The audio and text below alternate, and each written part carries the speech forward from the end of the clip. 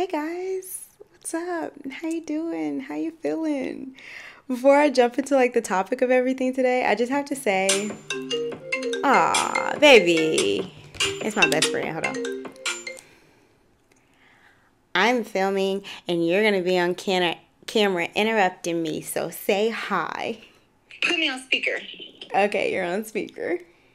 First of all, you didn't call me back from earlier, so YouTube, I want y'all to see how she does her best friend. I'm calling you back after my meetings. It is 9:41. Oh Eastern shit, time. I did. Yeah, I'm sorry, my bad. I did forget. I was being productive today, though. I went to a coffee shop. I'm filming. Girl, productive and productive without talking to me. So you feel. I will call you back when I get done filming, I promise. Okay. All right, bye. Where was I? I don't know. Maybe I wasn't supposed to say what I was about to say. So we're just going to jump into the topic of the day, bars, which is meditation. And y'all, don't click off. I promise. This is good, okay? It's not what you might be thinking that it is. It's a little different. And I shouldn't say that because obviously you saw the title of the video and you know what it's about and you still clicked on it. So y'all, we're here, I feel, okay? But first, overview of today's video. So I am talking about meditation from my own personal experience. I want to go over what it is, what it isn't. I want to go over how I got started. And then most importantly, I want to go over, I think it's like 4 or 5 types of meditation, in my opinion, that you may not have considered before, because I didn't consider them until I stumbled upon them or created them like in my own mind. And it just really works for me. So I really hope that you guys enjoy that. If you have any forms of meditation that you love or any questions about it, please leave comments down below. I want this to be an open dialogue, but you know, keep it cute. All right, before we jump into those topics for today's video, I do want to go ahead and spit some bars. And by spit some bars, I want to talk about the house rules. If you haven't seen my first or episode 0, I don't know, one of the first journal entries that I posted, I had house rules, which is very important to me. And all of that it is healthy boundaries that I'm setting with you guys. And I hope that you can respect. And if not, you'll get blocked. Just saying. These videos are a documentation of my personal healing. So I am literally basically opening up my mental journal, diary, and sharing it with you guys. So just think about the vulnerability that goes into something like that. And let's be empathetic. Let's be nice. Let's lead with love, because I'm speaking to you from love. Speak to me with love. So my disclaimer is that my healing is not to trigger you to do anything, be anything, say anything. My only intention is for you to potentially acknowledge where you have already healed, give yourself a pat on the back, or maybe brainstorm a few ways that you might need additional healing, because we all do. My healing is not an attack on your personal or religious beliefs. This is my diary, okay, that I'm sharing. And my healing and my healing practices are not a tutorial. I am not trying to teach you how to do anything. I'm sharing my experiences in hopes that it inspires you to do yours in your own way and just have a little bit of guidance, if that makes sense. So lastly, me sharing this information with you or being open and being vulnerable is not an invitation for you to project. I love you, okay? But whatever you got going on, you got to handle that within yourself the same way I got to handle it within myself. Let's not give each other's bullshit, okay? Let's share the good stuff, all right? And help each other grow. Okay, that was the long version. It was not that long written here, but until I get it memorized, that's what it is. That is a long intro, so let's go ahead and get started into what I believe meditation is and what it isn't. So I think a lot of times when you think of meditation, you imagine like someone folded up in a yoga pose going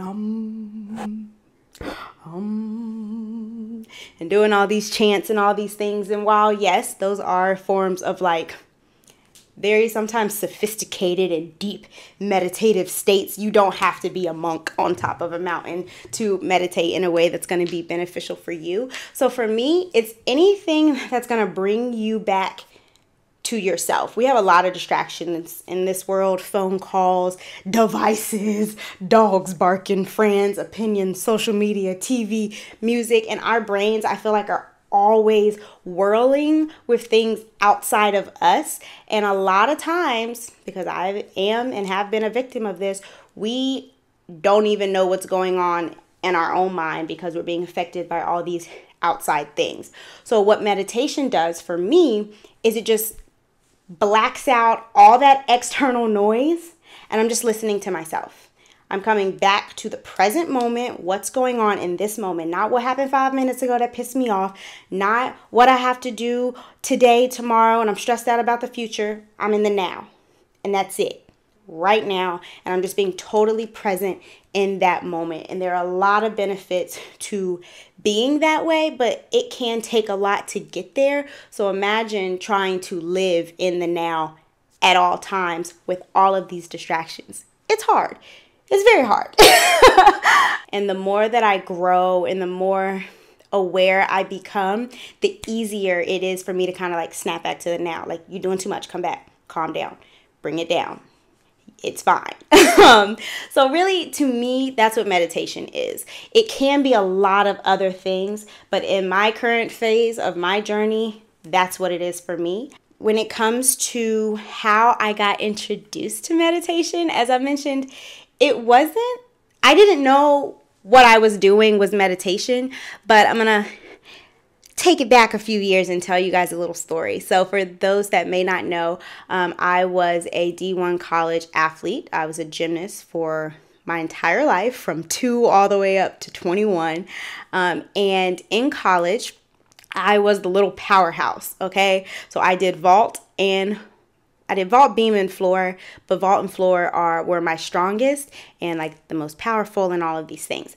I don't think anybody, if you weren't on my team or my coaches, nobody would have known that I had really bad performance anxiety. And I'm pretty sure I had that my entire gymnastics career, but it wasn't until my junior year in college that someone kind of like diagnosed it and brought it to my attention and helped me learn how to work through it. But I just had so much energy and so much anxiety that I was all over the place, and it was really hard for me to like contain my skills and like perfect them because I was just like bouncing all over the place. And because my gymnastics was big and impressive, I got a lot of credit for it, but it was not clean for that reason. If you've never seen a gymnastics meet, especially college, it is very high energy. Like, we're screaming, we're cheering, music is playing. It is probably the most high energy thing I've ever experienced because you're yelling for your teammates are yelling for you. So my junior year in college, we had sports psychologists. They hadn't graduated with their degree yet, but they were working towards that degree, and like part of their program was to work with the athletes on campus. So we had 2 ladies come in as sports psychologists to work with us through like anything we thought that we wanted to work through or anything that they noticed while like watching us through practice. So without like going into all these little details, basically, these ladies helped me realize that I had performance anxiety. And on vault specifically, I was terrified, to be honest. You would never know that, but I was terrified of that event. And if you're not familiar with the sport, that is the event where you run down the long runway and then you flip over the apparatus, which is called the vault, and you fly in the air and then you land. That's vault. I never knew how to control it until these women came and helped me. And ultimately, what it came down to was before it was my turn to compete, let's say there's 2 girls in front of me before it's my turn, I would have to stop cheering. I had to change my music. I couldn't be listening to Lil Boosie and Webby and the hype. I had to chill out. I had to slow down my music.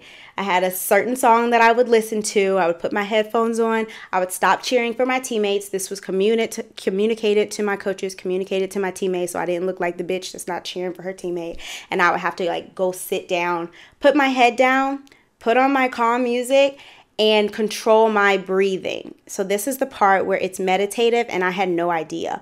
All I knew was when I focused on controlling my breathing, my heart rate would slow down. So that anxious, hype adrenaline would slowly calm down when I gave myself about 5 minutes before I was about to go, to kind of check out of everything that was going on, breathe slow, vibe out to the music, and my heart would calm down. In addition to that, I had a whole ritual. Honestly, that's what it was. It was my pre-vaulting kind of like routine, where after my heart rate had gotten to the point where I knew that I was calm. So the first thing I would do was close my eyes. I would stand in front of the runway. I would look at it, get that picture in my head, close my eyes, envision me doing the vault, run, run, run, round off. To this day, I know the body movements. Land, open my eyes, look down the runway, do the same thing with my eyes open, run, run, run, round off, land. And then I would actually visit this movement that you see me doing. I would be standing at the end of the runway doing those movements where it's like, okay, run. So I'm visualizing it, and now I'm moving my body to match that visualization. So run, run, run, but just very small movements. I'm just standing in one spot, boom, ready to go. Like every time I would compete, that is what I would do. Calm myself down by my breathing.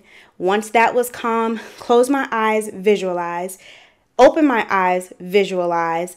Do my little body movements, visualize, and then do it. And when I say I had the most consistent performance on vault, after getting this down pack and then starting to implement that in practice and then implementing it into competition, to the point where my senior year I was vault champion. I'm actually getting chills because I don't think I ever really like put that together until this moment.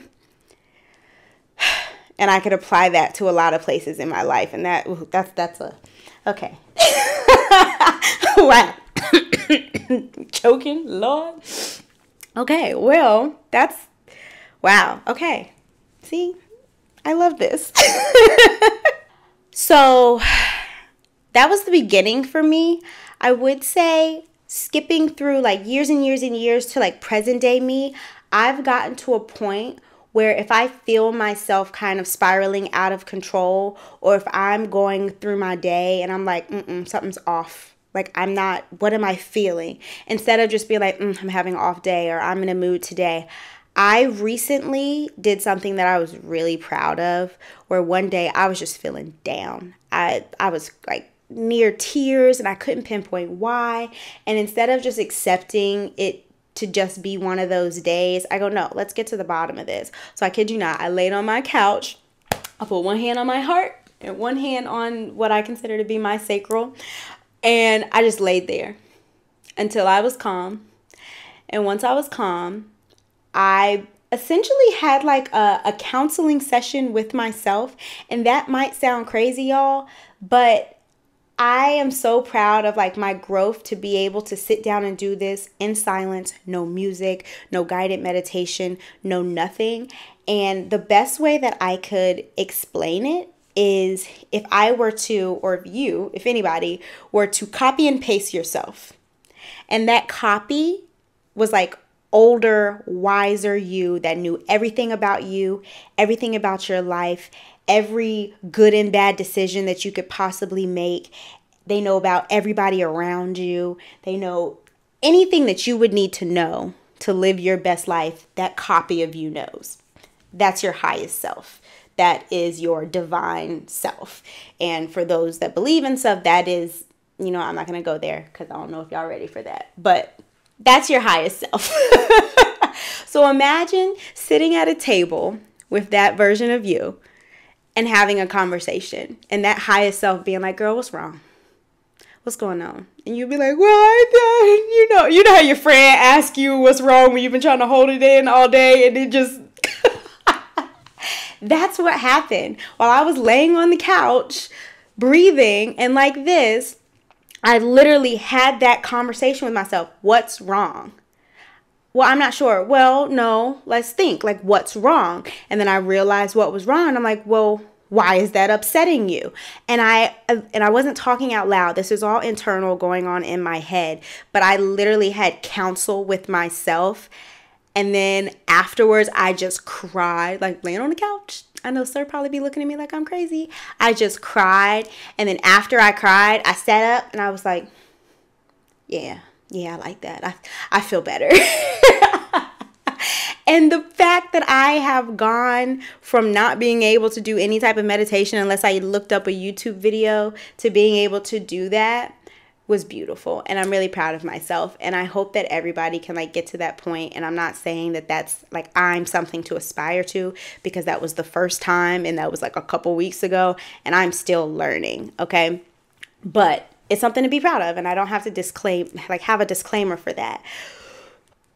So from that time period where I didn't even know I was meditating, but I was learning how to control my breath, to now where I'm sitting down and having counsel with myself and working through moods and problems and traumas with myself.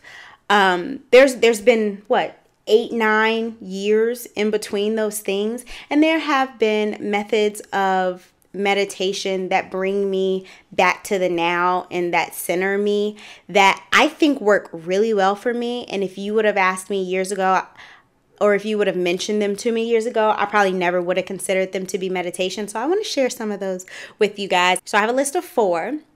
And the first one I am calling speed meditation. I'm sure there's a proper name for it, but that's just what makes sense to me. And the first time I discovered or tried speed meditation was when I was working my corporate job and I'm sitting at my desk, overwhelmed, stressed out, thinking about a million different things at a million different times because I am a corporate project manager and I manage like global accounts and things like that. So I'm always thinking at least 3 to 8 months ahead at all points in time in my job. And I think I was fairly new to my role and things like that. And I was just whirling and it was happening almost every day at work. And so what I started doing was like, okay, I need a second. And I would call it like my 30-second meditations where I would just stop thinking or try my best to. I would literally just sit back in my desk like this and breathe. That same breath that I learned in college for my vault, I would breathe until my heart slowed down and my head stopped spinning. Once my heart slowed down and my head stopped spinning, then I would try to reorganize my thoughts and get back to work. And literally, that's it. It would maybe take 30 seconds for me to just stop and close my eyes and get back present. But there are instances outside of work that I may do this, but most of the time it's for work. And I actually keep a big smoky quartz crystal, which is for grounding, on my desk so that in those moments I got like a little extra boost. So I just grab my crystal and I hold it and I breathe into it and I do my quick meditation and then I get back to work. Anything that you can do to focus yourself in the now is really helpful. So that's 1.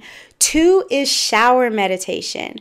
I think I may have like accidentally stumbled upon this. But shower meditation essentially is being very present and like taking your shower, but there are visualizations that I like to do. So if I'm in the shower and I'm stressed about something or I feel like something's weighing heavy on me, then it's my mama, y'all. I feel so loved. But anyway, let's say I'm stressed about something. I get in the shower. I visualize whatever is stressing me out like on me. And as the water is coming down, I imagine it just like rinsing me of whatever is stressing me out, and that whatever is stressing me out, that negativity goes down to the floor and then down the drain as I shower. And you can take it as far as like when you're washing yourself, to be cleansing yourself of that negativity or whatever emotions you're feeling that you're wanting to get rid of or whatever stress you're trying to release. It is all about intention. Like it might sound silly, like, oh, the water's washing my stress away. But your mind is more powerful than you think. And it's not necessarily the water or the shower that's doing it. It's your thought and your intention that gives that ritual or that routine power. So being in the shower, as a kid, I used to cry in the shower. I don't know. I don't know if that's weird, but I did because I didn't want anybody to know I was crying. So if I was doing it in the shower, you can't tell. when I think about it, that may have been some sort of like release for me to like do it in the shower, and you know, it's going with the water and all of those things. So shower meditation, I highly suggest. It's very intimate. You're spending that time with yourself. You're not on the phone in the shower. You can play music that soothes you, or you can do it silently. It's totally up to you. But I really like that because we associate baths and showers with self-care, and adding that extra intentional step to your shower is like chef's kiss. So yes, shower meditation. It works very well, so try it out. Another one is very simple. Get outside, girl. Get out. What they say, there's a new saying that everybody's saying, go touch some grass. And I love it because grounding in nature is a big deal. We are not supposed to be separated from nature, but the world that we live in, yeah. So go outside. Leave your phone in the house if you can, and that's safe, or put your phone on do not disturb, and just walk and look at all the things around you. And number one, notice all the beauty around you. Two, it will keep you present. Listen, what birds do you hear? What sounds do you hear? What do you see? How does the sun feel on your face? Focus on everything going on in that present moment, and it immediately is one of the quickest ways, to be honest. The sun on my face and just sitting there, it's a favorite. It's a fan favorite. But that will definitely bring you back to the now and bring you present and ground you, because nature is a beautiful, beautiful, powerful thing. So then the last one is my favorite. This is something that I discovered. Where did I heard someone, or I watched a video, or I read something, but that is tea meditation. TEA, like tea that you drink, meditation. And the concept, or the whole point of this, is as you're making your tea, to be fully present in the process, not to be thinking about all the things like we already talked about, not to be on your phone, but only focusing on the tea. So you focus on every step: boiling the water, getting your tea bag or your loose leaf tea. I make my own herbal tea blends, but I also have like loose leaf tea. I am a matcha girl. And I mean like the real matcha and I have the whole traditional way of making matcha, is where you have the bowl and the bamboo whisk, and I have the whole thing, okay? And that really helps. My matcha specifically helps with that intentional being present kind of deal, because I have to like scoop out the powder, add the hot water, add the honey, whisk it until there's no more clumps, and like I just watch it and I'm looking at it and I'm not thinking about anything else. And then I heat up my milk and I add in all my syrups and things, and I make it frothy, and then I drink it, and I'm just enjoying the taste. And that's just like my 10 minutes of just peace. Like, it is so relaxing, and I just really love tea. So making your tea and being intentional, you're being in that present moment. You are only in the now, because you are so hyper focused on that thing. So obviously it doesn't have to be tea. If you like to paint, if you like to write, if you like to draw, that can be meditative, okay? If you are releasing and putting all your brain power, what's happening, brain? Come on. If you're putting all of your intention and attention into that one thing that you're doing, that can be meditative, because you are in the present moment. So just keep that in mind. I really think that that's all of my little thingy things. But I really hope that this was helpful. Just to recap, meditation is personal. Obviously, there are a lot of recommendations and things and affirmations that you can apply to yourself to kind of get you into the rhythm and get you to learn how to do it. But ultimately, as I preach for hair, for living your life, and this is no different, it depends on what works for you. So find what works for you. I hope that these little methods can be helpful, or if you're the type that can just sit cross-fold on the floor and for an hour and that works for you, girl, props to you, because I can't do that shit yet. Okay, well, I'm done. I'm going to call my mom back, and then I'm going to call my best friend back so I don't get yelled at again. But I really hope that you guys enjoyed this video. Hopefully, I can make it cute and enjoyable for you. I hope that you really enjoy this content, because I am looking forward to doing more things like this. It's never been a goal of mine to be an influencer. I don't want to influence anybody to do anything, especially if it only involves spending their money with a bunch of companies that don't give a shit about them. Not to block my own blessings, but I want to inspire you to do some real shit that's going to actually be helpful for you in the life that you're living. So if I can inspire you to meditate versus buying a wig, I'm going to inspire you to meditate. If I can influence you to do that, do that. I don't care about the damn wig. Okay, so I'm not blocking my blessings. I would love to work with brands, but I'm calling in brands that are meaningful and in alignment. Period. All right. Thank you guys so much. I hope that you enjoyed the video. As always, don't forget to check in and subscribe to yourself before you subscribe to me or anybody else. But if you are good and you're good, then you can subscribe to my channel as well. And I'll see you guys next time. Why did I sing that? That was weird. Bye.